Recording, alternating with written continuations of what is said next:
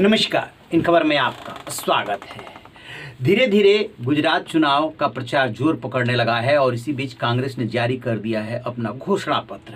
घोषणा पत्र में क्या क्या है और क्या पिछली बार से अलग है, वो कितना प्रभाव डालेगा गुजरात के लोगों पे, इस पे हम बात करेंगे। और बातचीत करने के लिए हमारे साथ हैं इंडिया न्यूज गुजरात के एडिटर जिगर दिमाड़ी साहब। जी तिवारी जी, आपने बिल्कुल सही बात बताई। घोषणा पत्र की जब बात करते हैं तो लेकिन यहाँ पे मुझे ये लग रहा है कि घोषणा पत्र तो बहुत बड़ा दे दिया है कांग्रेस से, लेकिन कांग्रेस ने प्रचार प्रसार में अगर इतनी मेहनत की होती तो शायद बात बनती, क्योंकि ये तो तब की बात है अगर सत्ता पे आए तो। ये अपने आप में कांग्रेस के लिए सबसे पहली चैलेंज है, क्योंकि 27 साल से, जैसे हम रोज चर्चा करते हैं, 27 साल से वो नहीं आ पाए।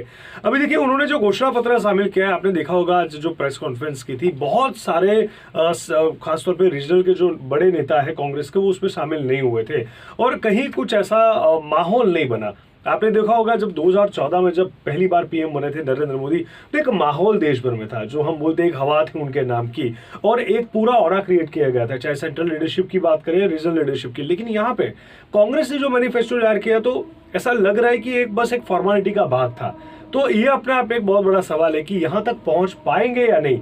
अगर पहुंच पाए तब की बात है। तो उसमें क्या क्या उन्होंने मेन वादा किया है कि हम आएंगे तो ऐसा कर देंगे? बिल्कुल, देखिए मैनिफेस्टो हमेशा होता है, ये एक चीज बोलते हैं कि एक अलग अलग प्रकार की प्रोमिसेस होती है, अलग अलग प्रकार के वायदे होते हैं, चाहे कोई भी पक्ष हो। It's not about just Congress, कोई भी पक्ष की बात करो। सबसे पहली बात तो उन्होंने एजुकेशन पे की है। एजुकेशन की बात की जाए तो उन्होंने बताया कि जो बड़ी बड़ी फीस जो गुजरात में ली जाती है, और खासतौर पर डोनेशन हर जगह पे, अब तो हम देख सकते हैं, वो अच्छी बात बताइए कि डोनेशन बिल्कुल खत्म हो जाएगा और इमीडिएटली जहां पे भी बहुत बड़ी फी है 20% फीस घटाई दी जाएगी। अच्छा, ये एक उनका यहाँ पे क्या केजरीवाल वाली लाइन चले हैं एजुकेशन के मामले में? बिल्कुल, एजुकेशन के मामले में मुझे भी लग रहा है कि कहीं ना कहीं उनको फॉलो करने की कोशिश की जा रही है। लेकिन केजरीवाल जी के लिए अलग चीज इसलिए क्योंकि उनके पास कोई अनुभव गुजरात को लेके नहीं है, तो जो भी सीट आएगी उनको अपने हिसाब से प्रॉफिट ही है।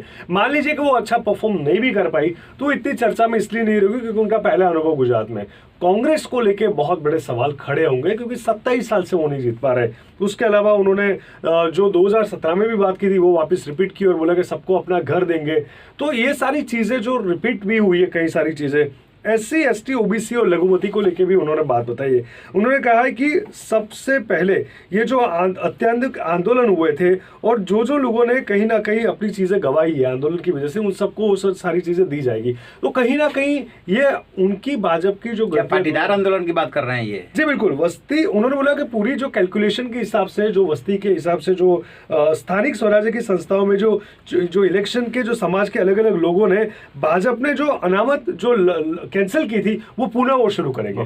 ठीक है, लेकिन आपने देखा होगा कि जो EWS अभी रिसेंटली लॉन्च किया गया है, उसको लेके भी काफी कुछ बीजेपी एक्टिव है। तो ये ऐसी बात नहीं कि जहां सरकार कोई काम नहीं कर पा रही है तो उसको लेकर आकर्षण बनेगा या नहीं बनेगा, ये अपने आप में एक बहुत बड़ा सवाल है। एक महिला सुरक्षा को लेकर उन्होंने बात की, किसानों को लेकर बात की कि जल संग्रह, यानी कि जब बारिश होती है पानी इतना सारा आता है लेकिन उसका संग्रह नहीं होता है, उनके लिए किसानों को लेकर हर गाँव में एक सुविधा कर दी जाएगी, ताकि सपोज बारिश कम भी हुई तो उनको पानी को लेकर कोई भी प्रकार की मुसीबतों का सामना ना करना पड़े। ये मोटा मोटा सारी चीजें सामने आई है, लेकिन सवाल यही है कि कांग्रेस यहां तक पहुंच भी पाएगी या नहीं। एक सवाल और है कि अभी मधुसूदन मिस्त्री ने एक चैनल को इंटरव्यू दे रहे थे, उसी में जो इनका घोषणा पत्र है उसी में इन्होंने वायदा किया कि सरदार पटेल के नाम पे जो स्टेडियम था उसका नाम बदल करके मोदी स्टेडियम कर दिया गया। यदि कांग्रेस सत्ता में आती है तो फिर से उसका नाम बदल देंगे। और उसी में बोलते बोलते ये भी बोल गए कि हम मोदी को औकात बताएंगे, हैसियत बताएंगे।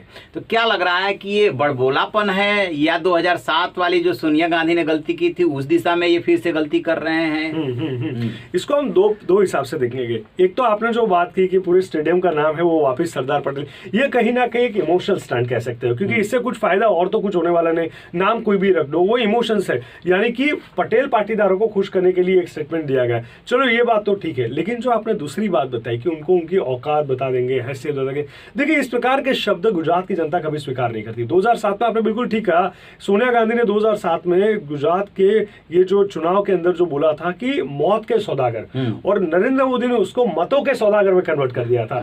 उसके अलावा मणिशंकर अय्यर ने भी बहुत सारे ऐसे स्टेटमेंट दिए थे जिनका फायदा वो कांग्रेस नहीं उठा पाई। अभी अभी आपने देखा होगा आम आदमी पार्टी में गोपाल इटालिया ने बहुत सारी चीज मोदी और उनकी मां को लेकर बहुत सारी चीजें बताई थी।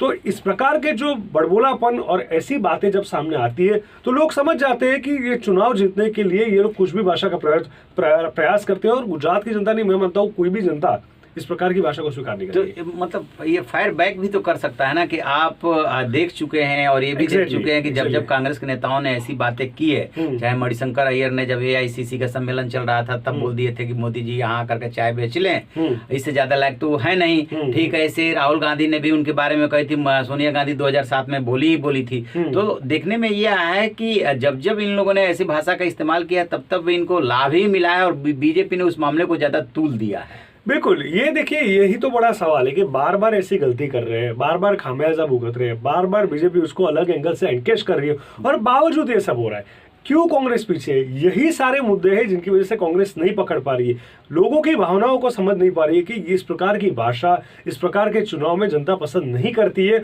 और होनी भी नहीं चाहिए। चलो जनता पसंद करे या ना करे, पर ये सारी चीजें ये कभी भी एक्सेप्ट नहीं हुई। आपने देखा होगा कि कुछ साल पहले की बात है जब शिवसेना और MNS का दबदबा महाराष्ट्र में बहुत ज्यादा था, तो आपने देखा था कि उस टाइम पे भी जब शिवसेना और खासतौर पे ये उद्धव ठाकरे और ये जो उनके भाई थे जिन्होंने MNS पार्टी की, राज ठाकरे ने जहां पे यूपी बिहारी के ऑटो वाले से लेके अलग अलग ठेले वाले छोटे लोगों में जो हमला बहुत किया था, उस वक्त भी वहां पे भी विरोध बहुत हुआ था। और किसी ने एक इंटरव्यू में पूछा भी था कि आप गुजरातियों को परेशान बिल्कुल नहीं करो, ऐसा कुछ। तो उन्होंने हंसते हंसते जवाब दिया था कि गुजराती लोग जो है वो दूध में शक्कर की तरह मिक्स हो जाते हैं। कहने का तात्पर्य है कि ये सब गुजरात की बात नहीं है। इस प्रकार की भावना उस वक्त आपने देखा होगा कि भी लोकसभा में भी शायद मैं गलत नहीं हूं तो MNS को सिर्फ एक ही सीट मिली थी। देखिए पावर जरूरी है, लेकिन पावर का आप उपयोग कर रहे हो या दुरुपयोग कर रहे हो ये अपने आप में। विधानसभा के चुनाव में एक सीट मिली थी, शायद विधानसभा या विधानसभा। तो इतना बड़बड़ापन, इतनी पब्लिसिटी, इतना आक्रामकता और उसके बाद सिर्फ एक ही सीट अगर मिलती है तो इसका मतलब कहीं ना कहीं जनता आपको पसंद नहीं करे, ये स्वीकारना पड़ेगा। ये सारे एग्जाम्पल्स है, ये बयानों का तो सिलसिला है। अब आपको याद होगा जब सर्जिकल स्ट्राइक और एयर स्ट्राइक हुआ था तब राहुल गांधी ने ये कह दिया था कि अब मोदी जो है शहीदों के खून की दलाली कर रहे हैं। और आपको याद होगा अरविंद केजरीवाल और राहुल गांधी दोनों ने सबूत मांग लिए थे। वो उसके बाद जो चुनाव हुआ 2019 का, उसमें भी रिजल्ट साफ साफ दिखा। तो अब हमें ये समझ में नहीं आता है कि आखिरकार कांग्रेस के नेता ये बात क्यों नहीं समझ पाते हैं कि जब जब ऐसी बयानबाजी कर रहे हैं तब बीजेपी इसको भुना ले जा रही है। बिल्कुल, ये तो बहुत बड़ी सीख उनको लेनी चाहिए अपने आप से। मधुसूदन मिस्त्री के आपने जैसे एग्जाम्पल से बात की, अगर मैं गलत नहीं हूं तो शायद हमारे व्यूअर्स को भी पता होगा कि 2014 में लोकसभा में मोदी जी 2 जगह से खड़े थे, तो वडोदरा और एक वाराणसी। जब वडोदरा की बात थी और वडोदरा में शायद सामने मधुसूदन मिस्त्री थे, मैं शायद गलत हो सकता हूँ पर मेरे हिसाब से वही थे, और उन्होंने उस बार भी कुछ स्टंट किया था। वो जो लाइट के जो थी उस पर चढ़ गए थे और कुछ ऐसी हरकतें की थी, लोग बहुत हंस रहे थे, मजाक उड़ा रहे थे।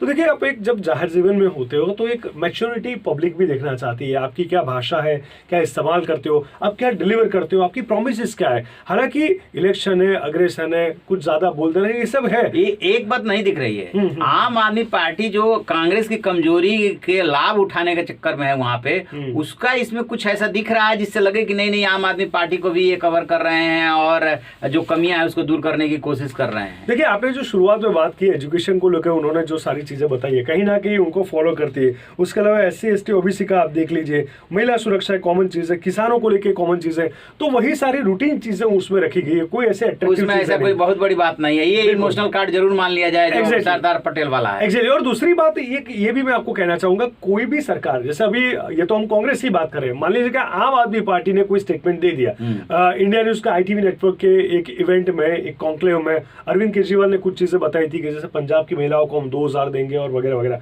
तो सवाल ये उठता है कि जब आप ऐसे स्टेटमेंट देते हो तो जहां आपकी सरकार है वहां क्या ये चीज लागू है?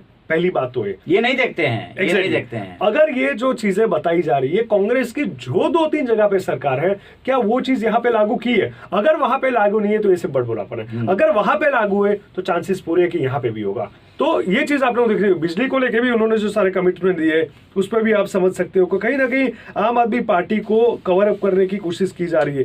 लेकिन इन सबके बीच में सवाल यही उठता है कि जहां आपकी सरकार है वहां ये सब चीजें अगर नहीं है, यही तो राजनीतिक दलों के साथ सबसे बड़ा ड्रॉबैक ये है कि जहां आप सरकार में होते हैं वहां ये सब नहीं देखते हैं कि जो वायदा कर रहे हैं यहाँ पे वो वहां पे पूरा करके आए हैं कि नहीं आए हैं। अब जैसे अरविंद केजरीवाल है, एमसीडी का चुनाव है, उसमें वायदा कर रहे हैं कि हम सफाई कर देंगे, पार्क अच्छे कर देंगे, पहाड़ों का जो कूड़े का पहाड़ है वो सब कुछ ठीक कर देंगे। अब यकीन नहीं होता कि जो काम आपको मिला है क्या वो सब कुछ ठीक हो गया है क्या। ऐसे ये बातें कांग्रेस और बीजेपी पे भी लागू होती है, सिर्फ अरविंद केजरीवाल पे नहीं। और इसके बावजूद वो अपने तरीके से कहीं ना कहीं गिमिक में सफल हो जाते हैं। खैर देखिए, ये चुनाव है, जो जीता वही सिकंदर। देखते हैं कि बीजेपी और आम आदमी पार्टी और क्या क्या वायदे करती है, क्योंकि बीजेपी को भी अपना वचन पत्र ले आना है और इस पे हम नजर बनाए हुए हैं।